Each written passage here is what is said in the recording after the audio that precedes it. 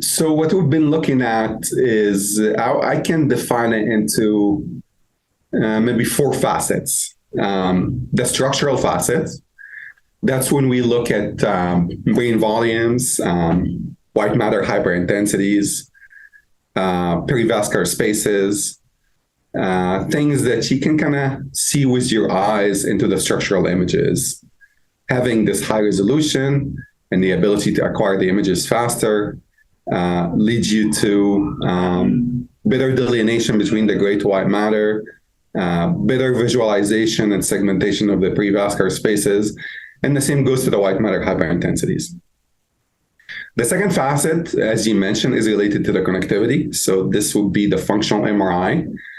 And I would say we have more than 30 NIH studies that use functional MRI in one way or the other, using 7 Tesla imaging and our new RF coil system.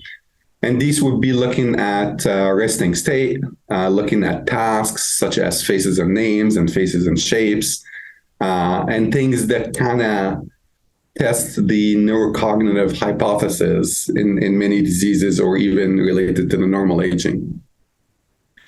The third facet would be related to more of the fiber connectivity, and this is using diffusion imaging. I would say we're running at least 20 NIH studies that use diffusion imaging. And this, when you look at myelin and you look at fiber connectivity, fiber tracks, and all of it is something that you can achieve better at 7 Tesla because, again, you can push the resolution a little bit higher compared to what you get at 3 Tesla. The fourth facet is more of the fluid dynamics.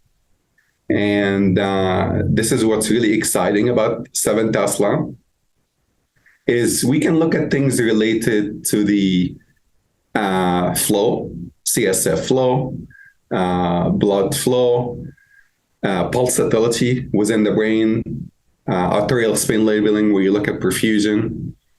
And this is the kind of thing we're maybe currently doing on 3 or 4 studies, and we're hoping to expand it a lot more, specifically things related to the CSF flow. One of the key things that a lot of scientists and clinicians have been looking at for Alzheimer's disease and clearance of amyloids or proteins, as you just mentioned.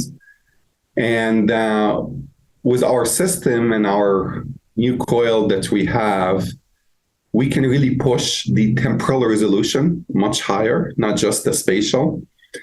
And even without using contrast agents or things of that sort. And then by pushing, this particular technology and being on the edge of it, we're able to look at the CSF, how it flows in the brain, and how it affects the pulsatility of the brain.